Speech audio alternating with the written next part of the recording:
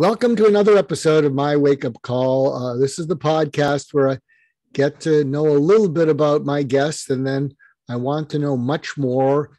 And in the process of finding out much more about them, I figure why not do that with you, my listeners, listening in, so you can see why it is that I wanted to find out more about them. So no exception today, because I have as a guest Addison Brasil. He's an active and committed mental health advocate after losing his brother to cancer, finding his father after suicide, and surviving a fatal accident that killed a dear friend. I might have trouble getting through this, Addison. Anyway, attributing his ability to not only survive but thrive with PTSD and compounded grief, to adding the value of community and connection as a way to get through all these. In 2020, he became a co-founder, COO, and head of a brand impact for Tethr. Tethr is a men's mental health and well-being app focused on the power of peer support. The startup is being accelerated by 500 startups in San Francisco. In the last year, his work's been featured in the New York Times, Healthline, TMZ, Fox News, and the Washington Post. He's currently writing his first book, and we'll have him on again when he finally finishes it. Addison, it's long overdue. Good to see you, Addison. So let me ask you what I ask all my guests. Look at the through line in your life and where it is, where it's been, where it's going. And what is your purpose? What's your calling? I mentioned that in the intro, but I'm asking you fresh. And so fill in the blanks. The reason you're here on this planet is what?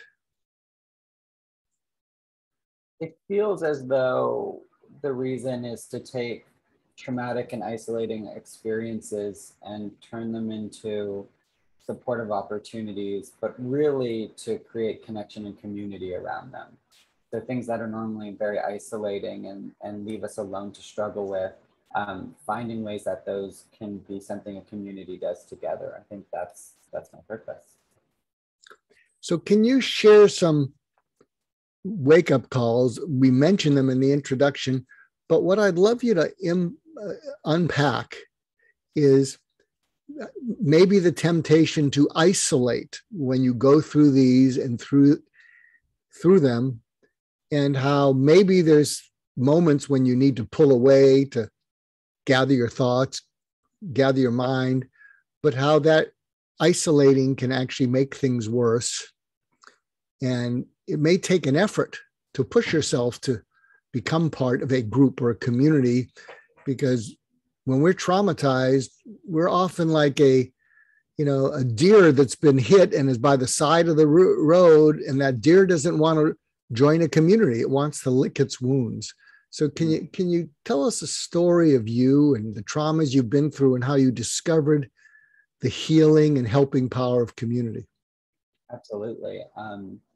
So of course, I never had any intention of being involved in mental health or mental health advocacy. Never mind, saw myself, co-founding a tech company that really works to solve men's mental health issues. But during the course of my 20s, as you mentioned in the intro, I found myself just to the left of death 3 times. And because of that, I experienced 3 very comparative and complex grief processes that have really taught me so much about myself, but also so much about what doesn't serve me and what's really important to me. Ranging from losing my brother to cancer. That was a 4-year cancer battle and journey. He's only 2 years younger than me.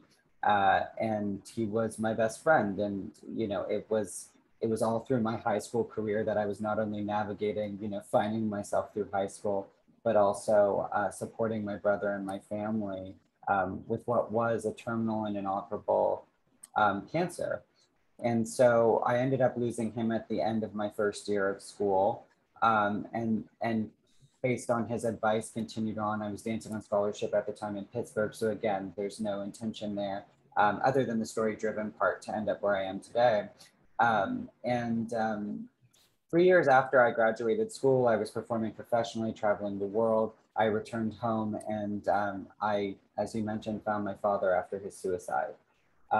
And I actually just wrote an article about this in Los Angeles Magazine, but my father's death was very surprising to a lot of people, a lot like Robin Williams' death was, where, you know, not your dad, he was always keeping everybody laughing and the life of the party and, you know, all of those types of things. It was very shocking, not only to me, but to everyone, to the level that I kind of had to convince them that it was true, that he had in fact died by suicide, and that depression was silently affecting him.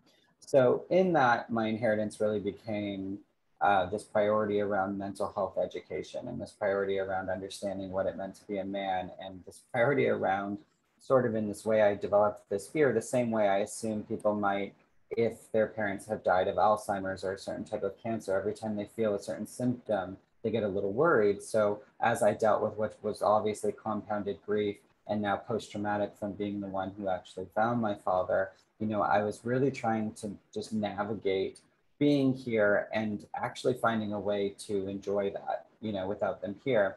And I did. I kind of went all over the world and worked with different doctors and therapists and experimental treatments and retreats and, you know, pretty much did everything everything I could. But what I realized in retrospect in that is that I was on this journey to fix something. I was trying to fix the grief. And, you know, I really thought I could do it. In fact, I went out 4 years later to celebrate that I had fixed the grief. I was back. People could hear the sound of my voice again. They were like, you know, we never thought we were going to hear you again like this. And that night on our way home, as you mentioned, we were in a fatal accident that killed my dear friend instantly and left me relearning to walk with a brain injury. And essentially at that point, having to rewire my entire mindset and operating system to figure out how this could all have happened, you know, within the decade that was my 20s. And in that experience is really where my wake up call came, because it was the first time where not only was I dealing with 3 intense compounded grief processes at the same time, but the accident brought in the element of physical pain, chronic pain going through my body at all times. And it really did test me in every way. And in that process, it became very, very clear to me that this wasn't something that I was going to be able to fix. And that led to what I would call a suicidal depression, where, you know, I really came to a point where I was evaluating my quality of life. And there was sort of at that moment, 2 options. Keep trying to believe that you can fix this and you'll have a comeback, or, you know, to do a come through and start to honor the journey, the relationship with the grief processes every day, no matter what it was, and move forward slowly, like that deer you're mentioning, like coming back for the first time, you know. Yeah, and I found myself at my mother's house on the East Coast, just absolutely, you know, surrendering to my grief and my pain and everything. And for the first time in my life, I called a suicide hotline and they talked me through some things. And I just, I looked up to whatever was above and I literally said, hey, I know I have a lot of privilege. I know I have a lot of education and I really should be able to win this thing, but I'm not winning this thing. And if you can get me through this, I promise as soon as I can, I'll go back for the others. And that sort of inspires a lot of the community building and I'm sure what we'll dig into more today. But that's that's the story. And I always like to say there's also a lot of magic, a lot of gratitude, most supported, beautiful relationships of anybody that I know in there as well. But, you know, as always, when I'm doing these things and in preparation for my book on grief, you know, obviously this is what we highlight, and this is the part of my humanity that I get to talk about to serve other people. Let me share something with you and tell me if you can track with it. And if you're listening in and you look up the road back from hell and look up images, you'll find an infographic that I put together. And there's actually a picture of a veteran against the wall, just looking downward. And tell me if this helps at all, because when I've shared it with military people who've had PTSD, a number of them have said it really tracks very well. So see if you can track along with this and tell me if it is relevant. Tell me if you can relate to it, or tell me where it can be refined. And the whole idea is that as we go through life, we are met by obstacles, and the obstacles cause stress. But as long as it's just stress, we can still focus on our goals with difficulty, but push through the stress. But if the stress becomes too much, it crosses over into distress, and our focus drops from pursuing goals to relieving the distress.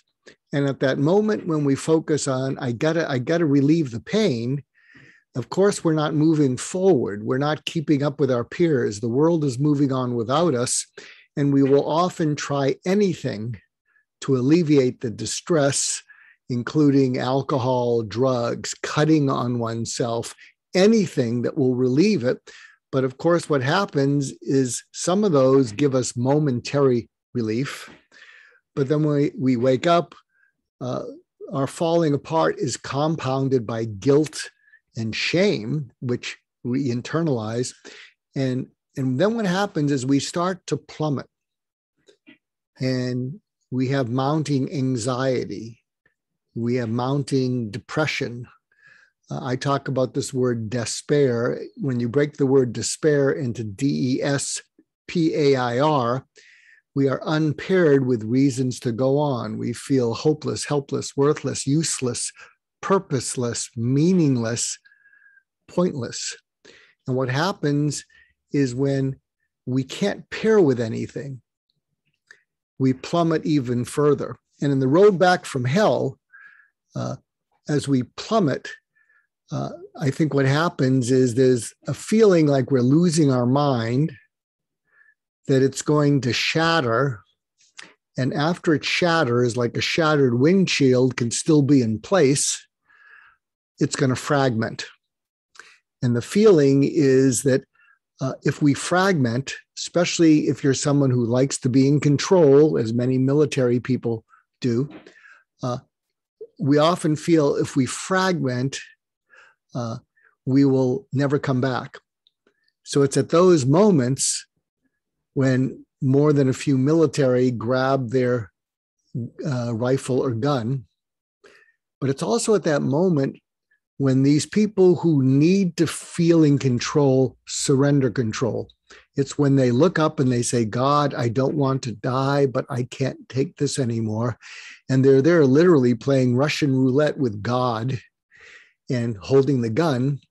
But if they can then surrender because there's no more room, and they don't kill themselves, they start to cry. And as they start to cry, they often feel, I've connected with something. I've connected with God, a higher power, whatever. And what happens is the combination of just crying, surrendering, letting go of control, which they haven't had for some time anyway, they start to inhale and they start to breathe and they say, I don't know what's happening, but I feel sort of better. And then what happens is they imprint on whatever that was. And so when you speak to some military who have gone through being suicidal and close to acting on it, a not small percentage will say, I found God. And really what they're saying is God found me and I surrendered. And what happened is they started to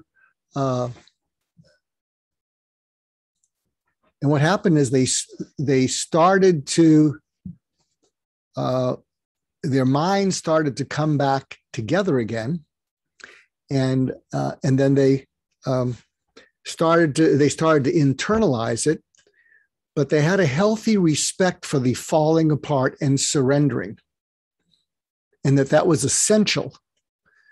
Even though it's not something they eagerly say, oh, what can I surrender to today? So, but could you follow any of that? Yeah, absolutely. And I don't know if you noticed, but right when you said higher power or God, my feed cut. I got goosebumps all over. I had to reset and come back into talking. So that was such a odd experience. But yes, I absolutely track with so much of it, especially when you talk about despair. Because obviously, as somebody who lost my father to suicide, I've spent so much time trying to figure out how that happened, you know, and how it could even be in a position where I was the only person with a key to be able to come upon him. And I have to say, when I got to that point where, like you said, the suffering had become so much, I really learned a lot. I really got actually to connect with my dad in a way I never thought I would, because when I entered that despair, like you're talking about, I actually went to Halifax that year, you know, for the first time in 30 years, being pretty much a co-parent, one, to let my mom be my mother and just babysit me because I felt so unsafe, you know, but also that was the scariest part. Is I got there and the one person that I had always been able to pair with and feel safe with, I wasn't feeling it. This feeling of needing to stop the physical and emotional pain that I was in. I was more paired to that idea than I was to my own mother. And so I was really fraught. I mean, this was really my wake-up call, as you say, like this feeling of you cannot do this when your mom is at the grocery store. You have to figure out a way. You know what this is like. You've been through this experience. You know what it did to your life to find someone after they've died this way. But at the same time, this sort of fog and lens around just making things stop hurting, just stopping the pain. And really the want was for it to stop momentarily, but logically it just was this fog around, well, there is one way to end it, and you know better than anybody because you've seen exactly, you know, how that happens and that it's possible. And as that seed sort of grew and entered my mind, because of what I had been through, you know, this weird situation where I had experienced so much death and suicidal death, you know, where I was just sort of grabbing everybody and going, hey, look, I don't think I'm going to win this thing. Like, we're in game 7 and I'm not up. Like, I really don't think, and I know that I can't do this to my mother. I cannot do this to my mother. What do we do? And it was that exact balance that you're talking about, is just finding a way to pair more to the love, pair more to that than the part of me that just wanted things to stop hurting. Yeah. I want to share an anecdote that, and I'll have to make a link to what we're talking about, but it just comes to mind. And if, as my listeners know, when we have conversations, they often bring up stories that I want to share. And you may or may not have heard this one, but I want to make the parallel between anorexia, which is kind of a slow suicide, and suicide. So many, many years ago, I was at UCLA and I was covering the emergency room. And I was there seeing a young woman, probably 19 or so. And she was skeletal. I mean, it looked like a wind would kill her.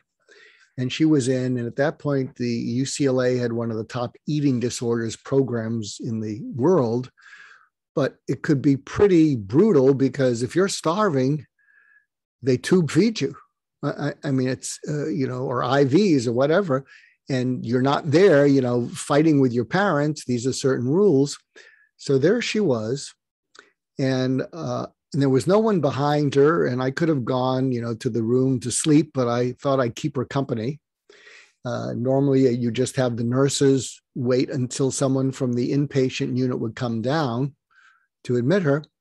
And so there, I was just watching her. And at UCLA, we learned a lot of modalities, including visual imagery, guided imagery, hypnosis.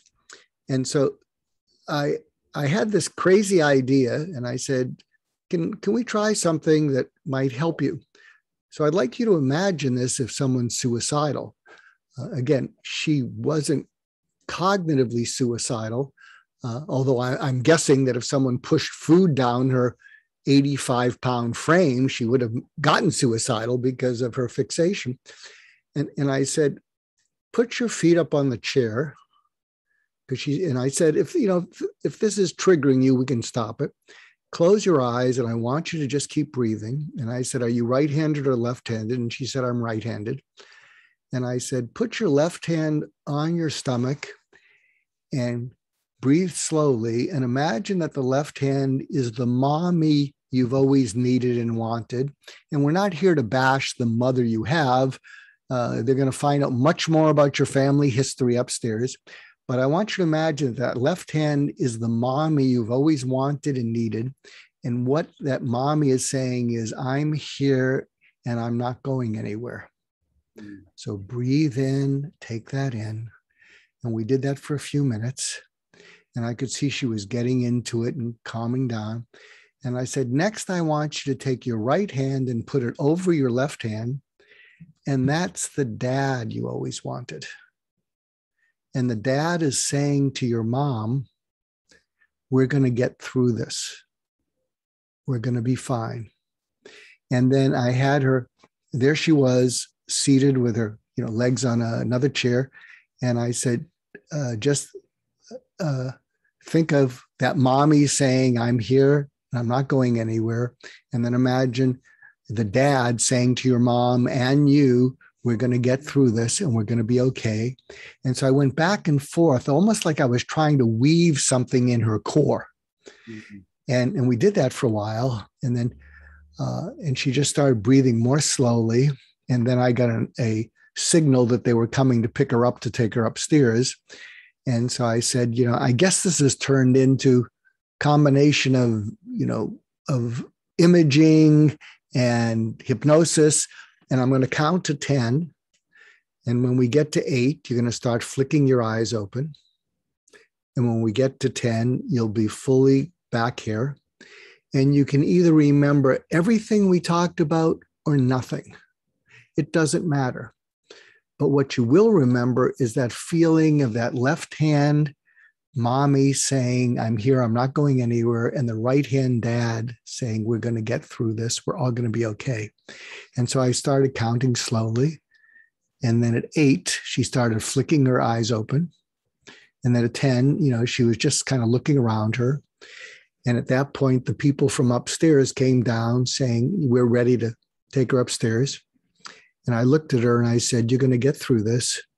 And she looked at me and she said, can I go to the cafeteria? I'm starved. Can you imagine that kind of? No, absolutely not. And that's why I looked forward to doing this today. I mean, I knew that as much as I was being interviewed, that there'd be this opportunity to actively listen and connect on that deeper level. And I think that's one of your greatest gifts is, when,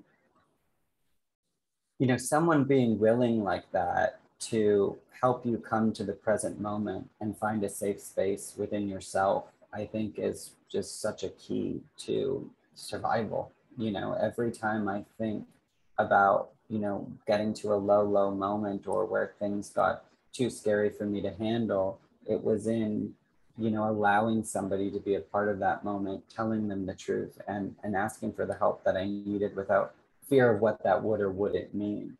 That just really reminded me of, the different times in my life where against all odds, I just asked for what you provided to her, and wanted for, that safety and that empathy. And I think, if we can all connect in those moments, what you did there, that guiding with her and that safety that you provided, I truly believe as peers, we can provide to each other in those moments and create a lot more safe spaces. Yeah, I hope so. I in the last almost 3 years, I've become a grandparent of 3 grandchildren. I get to see them every day. Mm-hmm. And I wasn't geographically close to my grandparents, so I didn't know this magical thing that happens between grandparents and grandchildren, because you're not directly responsible for them. You can be with them and then turn them over to your kids.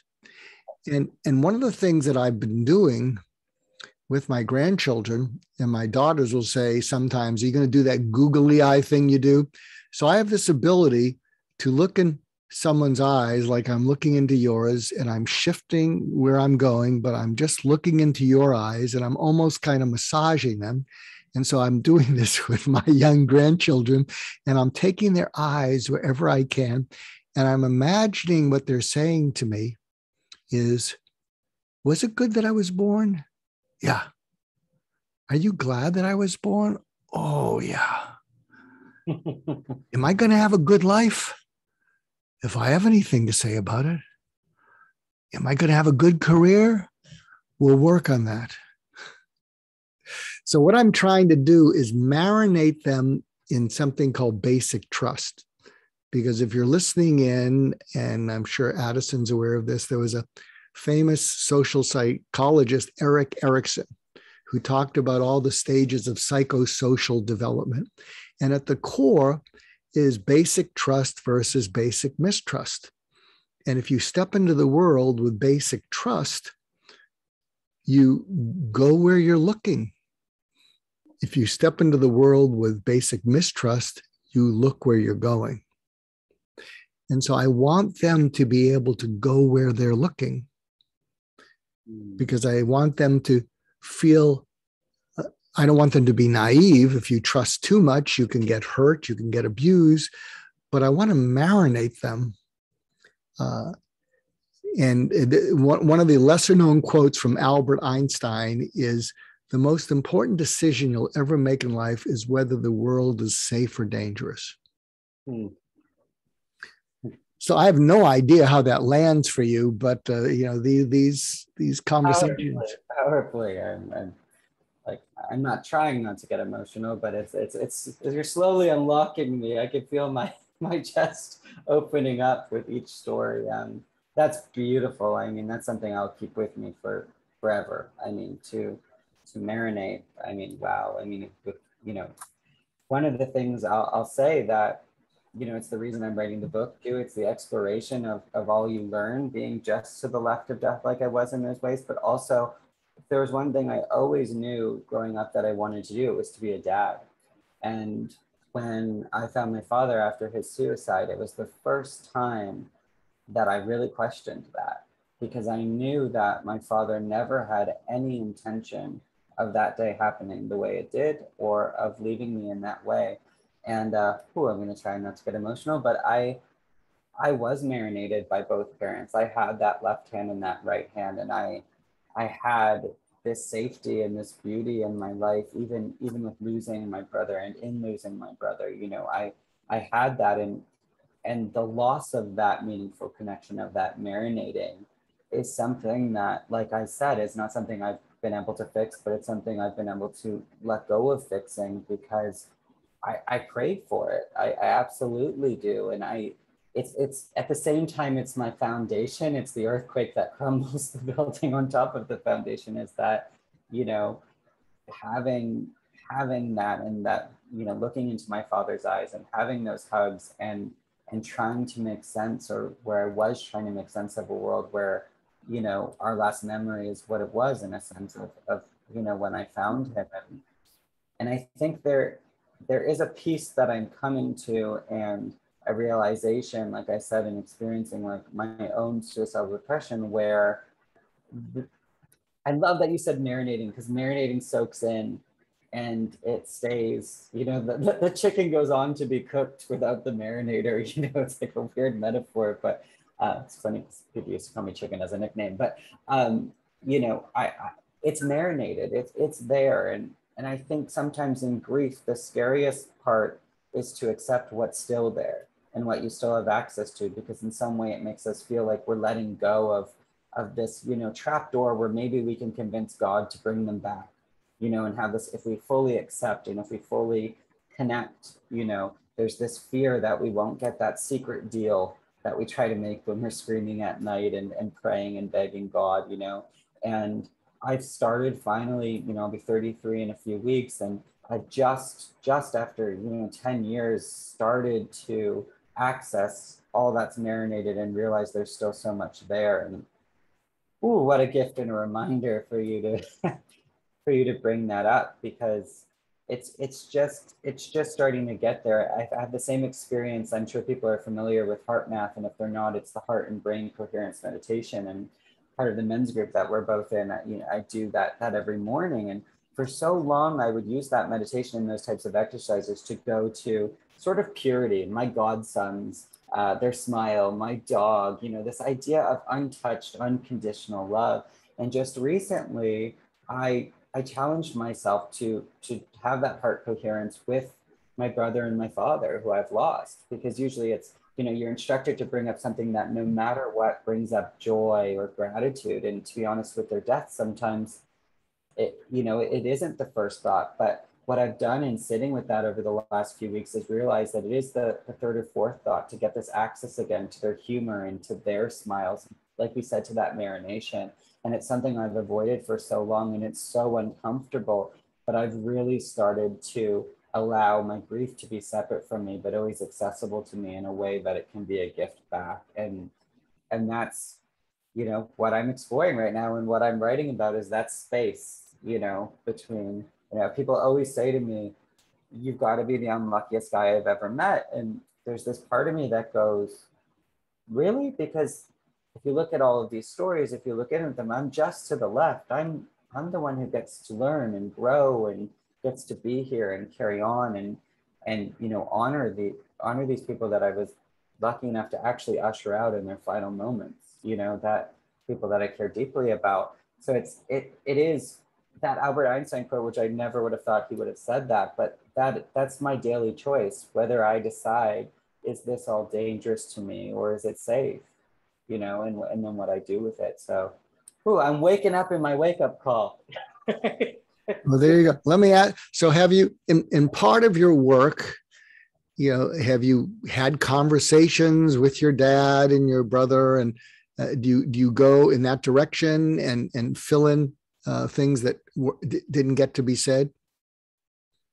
I do, yeah, I have, and I'm a very, very vivid dreamer, to a point that sometimes I wish there was a button where you could decide no dreaming this week, because I wake up exhausted. It's very real. It's like cinematic in a sense, and I've done a lot of that through there. But I've also, you know, written letters and found myself for years speaking out loud. I mean, there was an element with my PTSD where I truly felt like my dad was with me a lot of the time, you know, when I was trying to make my way through what was a flashback and what was the, you know, the intense feelings of being endangered, you know, like you said, whether it was fight, flight, or freeze, it just felt like that experience of my father was there with me. And so I got to a point where I literally had to speak back to it in order to reckon with it. So I definitely have. My dad and I will have dialogue, I guess, as long as I'm here. You know, every single day I realize, whether it's paying the bills or, you know, being in different situations, or just everything that I'm doing in the mental health realm, as far as, you know, the struggles that men face and the stigma and the lack of education my father had. He didn't have tether like we've built to reach for. He didn't have, you know, the awareness that exists now that leads to inspired action. It wasn't available. And so I'm constantly going, oh, I love you, man. Oh man. Like, cause I'm just realizing, you know, what my dad provided for us and how much he did with what he had. And my only hope is that my own kids will realize that I am a human being, a flawed human being, that only job on earth is not just being their father, that I came up against these incredible odds and had to, you know, muddle through these trauma, and I didn't always make the best decisions, and it wasn't always, you know, based on how another person would feel, but sometimes just survival in what I had. And I'm able to give so much back of that to my dad. And it's taken years, you know, but there was harsh words at points, of course, all the stages of grief, and they're secular and they come back. But in the end, the two words that just always keep coming up with my father are thank you. You know, thank you. Thank you. Oh my, I didn't realize you were doing that. Wow, thank you. You know, so many thank yous. Let me share another story. And is it okay that I share these stories, which I don't want to re-traumatize you, No, Addison? not at all. I will say that for anyone listening, obviously we'll put a trigger warning on this episode because we're diving deep. I am at a place where I feel like I can do this. This is why I've stepped into my advocacy, started to write the book, because it finally feels healthy to have these conversations.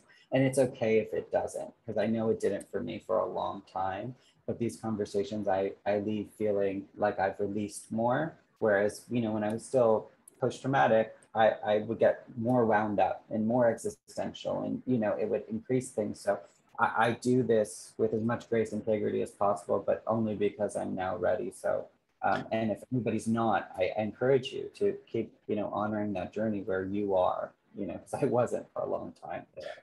Yeah, and I'll reinforce what he just said. If any of this has triggered you, you know, go easy on yourself. It takes a long time. And if what I'm about to say triggers you, do the same, because you reminded me of a story of a very similar situation. And I heard this amazing quote from a woman named Dr. Shani Duperon, and she has something called Project Forgive. And the quote that she has is, "Forgiveness is accepting the apology you will never receive." Forgiveness is accepting the apology you will never receive. And I remember this was some years ago, working with someone in a similar situation with a dad who died by suicide. And this is sort of out of context, but what came out of it when we drill down, what is the apology? What is it that you want your dad or need your dad to say to you? And what came out was the dad saying, and actually, the dad, I channeled the dad quoting Dr. Mark, and it said, and he said to his son, remember when Dr. Mark said about despair and hopelessness, helplessness, purposeless, all that stuff? He said, you know, it was like playing a slot machine in Las Vegas, and everything lined up, and they all lined up, and they hit the pointless jackpot.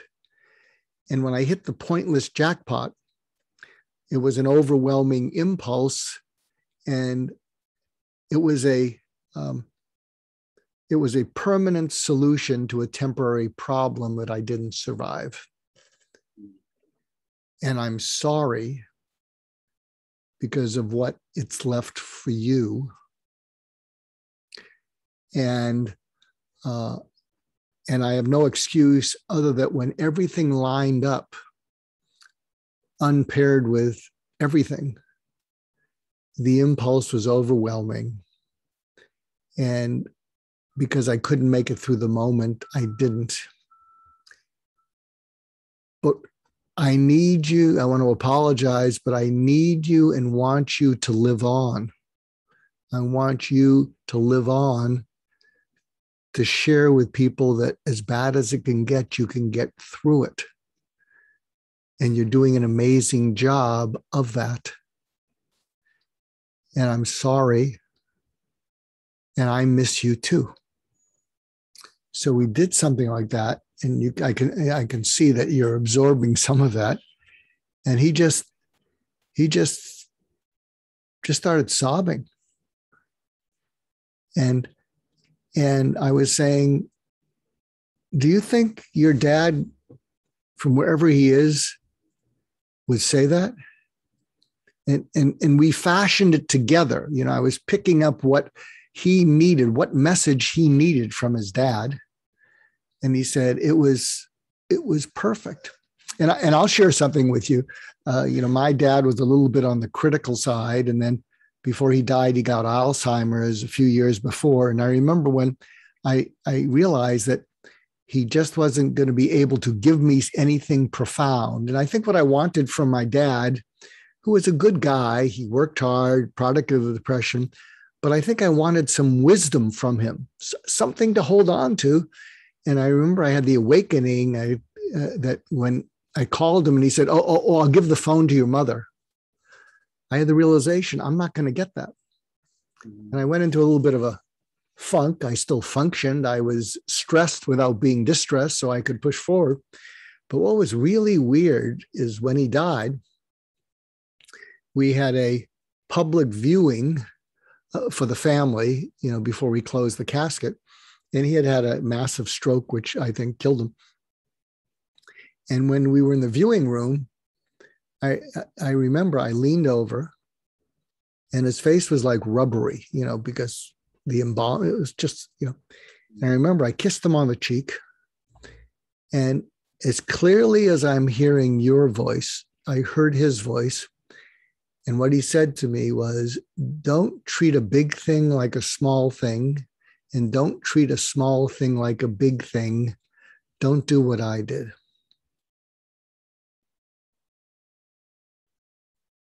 And I've held on to that.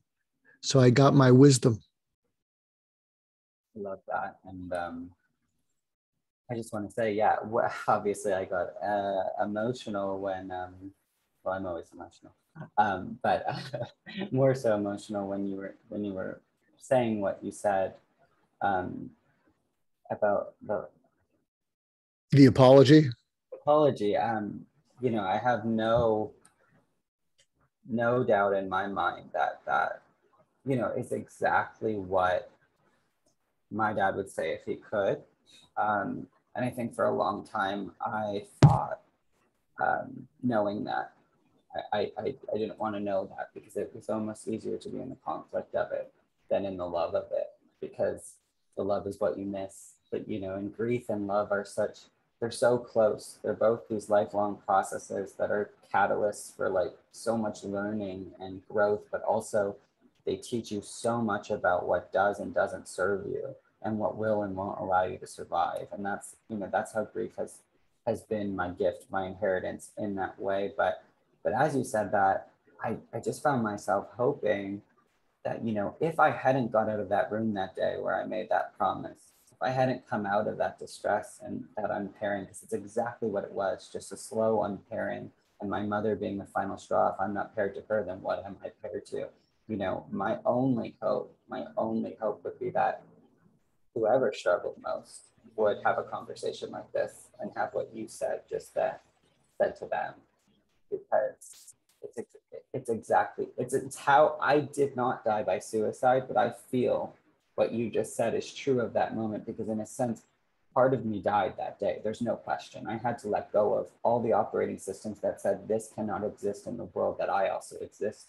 I died. I mean, I died that summer, but I live, you know, physically, and I get to go on and now share. But, you know, as you say that even though I didn't, you know, die that way, there's a part of me that wants my mom to hear exactly what you just said, because I still feel that apology for the fact that I even was that unpaired and made people that scared, and that it seemed that imminent. And that, you know, I think that awareness now that you bring back to it, it's a beautiful gift for those of us who have survived attempts and, you know, have felt that way, to just say, hey, this is what it was. It wasn't that I'm broken and I get too sad, and so I'm one of the ones that will go like my dad did. You know, I was in that level of despair. You know, I love how you say unpaired to everything that was meaningful to me. And that's one thing over the last 2 years I've noticed as we go through the pandemic. You know, everybody's trying to explain how they're feeling. All my friends are coming to me and I'm kind of laughing in the corner going, yeah, you're grieving. That's grief. You're grieving. And it's, people get caught up in the idea that grief is just if someone dies physically, and it's the loss of anything meaningful. And so I was in the deepest state of grief when I became that unpaired, because I had lost the connection to everything that was meaningful to me. My beautiful sisters, my mother, my purpose, my passion, my career, my own physical body no longer felt like my own because of the pain that I was in at the time. And I did not see a world where we're having this conversation and I'm still learning and making peace after getting up and running today, which is like a miracle that was promised to nobody. You know, it's that slow process of honoring exactly where you're at. I think it's just, that's the only thing, you know, and having community around that is the connection. And when we came to build Tether, and I hope everyone goes back and listens to my co-founder's conversation with you, because, you know, it was so powerful, Matt Zerker. You know, Matt came to Tether to build a community he never had. And I turned around after that suicidal moment and wanted to build a community that I've always had.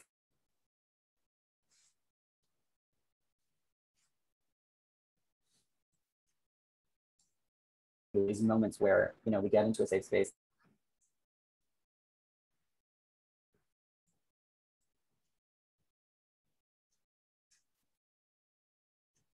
We're losing the The magic that was just a little. Oh, sorry.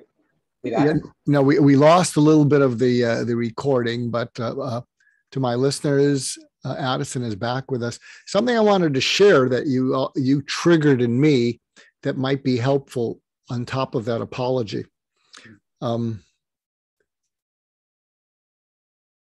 In addition to the dad apologizing, the dad said, "Oh, and by the way, if part of your grief is incredible rage at me for having done this,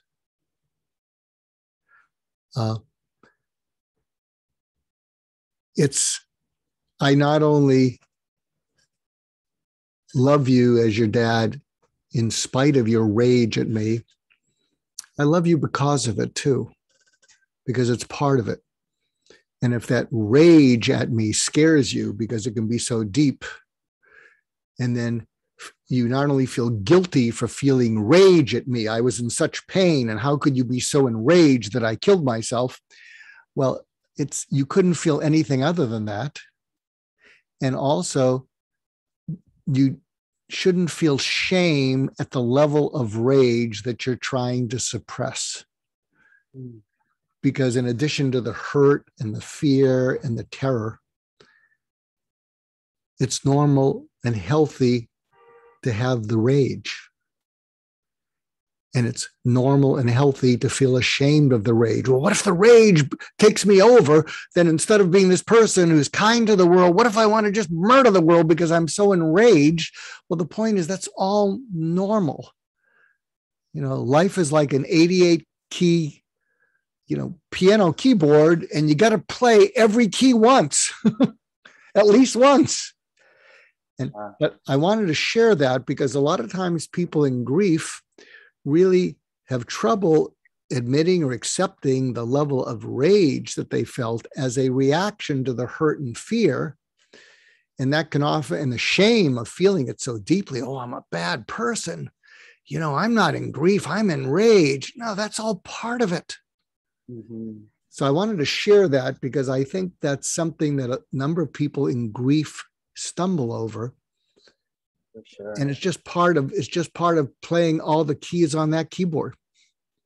I mean, that is definitely going to bleed into this book I'm writing. I mean, that's so beautifully said. And, I feel like we have so many rites of passage set up in that early part of life. And like, that is such, for anyone listening, I mean, as uncomfortable as it makes us, we're all going to die one day and we're all going to grieve one day. So if there's that opportunity to give your children, your loved ones, whoever, that permission to grieve fully, to grieve you fully, everything that comes with that.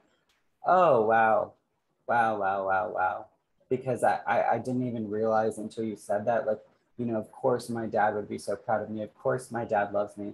But I did not even click into this moment how much I thought he wouldn't like the rage that I feel or the hate at times that I feel. And that's very powerful. And that's something that I want to make sure that people know around me and my children one day is, oh yeah, give that grief thing a go. I mean, all of it. That's part of it. You've got to get that mad at me because, you want me to be here that bad, and I just feel like that would be a beautiful rite of passage for us to step into, to give people permission to grieve us. It sounds obvious, but it's not obvious, and we forget.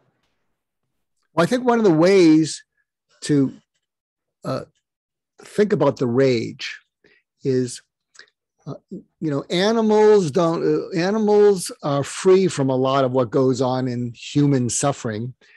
But a wounded animal is the most vicious animal you'll ever run into because they think the next wound will kill them. So the rage that they feel if you approach a wounded animal and they'll just rip you apart, on top of the rage is a way of surviving a belief that the next blow would kill them. And I think it's the same in humans, that's the animal part of us, that when we feel deeply wounded, and we feel, I'm broken, and using that road back from hell, I'm broken, and the next wound's going to shatter me and fragment me, and then I'll be gone. So you can understand how if your choice, if you feel deeply wounded, is to become enraged to protect it, or to feel that I'm heading towards shatter and fragmented and never coming back. And if those are your only two choices, you have to experience rage as a survival emotion. And it doesn't mean you're a bad, angry person. You're a wounded person. And I think it's important to know that, because if you feel these deep levels of rage as a way of survival, and you think you're an awful person, and you stick at feeling you're an awful person, that can add to your feeling, oh, maybe I shouldn't be here because I'm such an enraged person. No, you're such a wounded person. So I want to get that across. Does that make any sense to you, Addison? Absolutely. And that animal metaphor is one that I've used many times about coming to that climax of PTSD and suicidal depression, feeling like there's something in the grass. The predator is there at all times. And you have to calculate between flight, fight, or freeze. Literally, if I don't play dead right now, I could end up dead. If I don't run right now, I could. And that feeling, that fear, and you just brought it all full circle together with that, because, yeah, I think that's a beautiful way to understand it and put it together, and it's certainly helped me today. So I can imagine how many people it will help to hear that. Yeah, and I'm going to leave you with, so I hope this has been as helpful as it's been triggering for you. I remember one of my patients was really struck with grief because her only child daughter was viciously killed. And I didn't think I was helping her. So going back to community, what helped is I referred her to this group you would never want to be a member of, called Parents of Murdered Children. And the chapter leader was Sharon Tate's mother. Sharon Tate was murdered by Charles Manson. And it saved this woman's life because younger mothers would look up to her, whose children had been murdered, looked up to her. They adopted her. And she gave me this great metaphor. And she said, our life is like a tree that has been cut, and you see all the rings of a tree. Every ring is a year. One ring there was floods, one ring there was fires. You see the history of the tree. And she said, what you need to do is build new memories to dilute the impact of that one year. And instead of staying frozen in it, and you build new memories by taking actions, and hopefully purposeful and meaningful actions, entering, joining, and contributing to a community, and welcoming in new people who feel odd, they don't know where they belong, but you once felt that way. But finding a way to embrace them, you're going to build new memories. And what she said is, I'll never fully get over it, but if I build new memories every year, then 10 rings from now, 10 years from now, you never know. I might adopt someone. I might fall in love. Something wonderful might happen. And so I think that was a great metaphor, build new rings by building new memories, by taking purposeful, meaningful actions. And you won't make that ring go away, that year go away, but you'll dilute it. So I thought it was just a wonderful way of explaining that. Absolutely. It's a beautiful way to bring it full circle. And like you said at the beginning, not wanting to connect in community when you're feeling that wounded, and I would just implore anyone who's listening to go against that, not wanting to, because that community and that connection is the piece. It's exactly like what you're describing right now. And what honestly changed my life and saved my life was when my co-founder said to me, I don't want to live, but I don't want to die, because he helped me realize there was a middle. And if there was a middle, then we weren't at the end. And it all started from there. And that's how Tether was born, from two guys who just realized there was a middle, which is the beginning and the end. So yeah, absolutely. Wow. Thank you so much. I mean, whew, what a conversation. What a gift. I will cherish this, Mark. I really appreciate it. Well, I will cherish it too, Addison. So we have two bookends. We have the two co-founders of Tether. And if you're listening in, you can check out Matt Zerker's episode, and now you'll have Addison's to bookend it. And if you know any men who are hurting and they can't get the hurt out, and the hurt just starts to pull them down, And maybe what pulls them down further is next to the hurt is rage. So they don't want to let that out. And so they pull further into it. Tethr, TETHR.men is the place to go. And so that's where people can find Addison, find a community. And where else can people find more about you?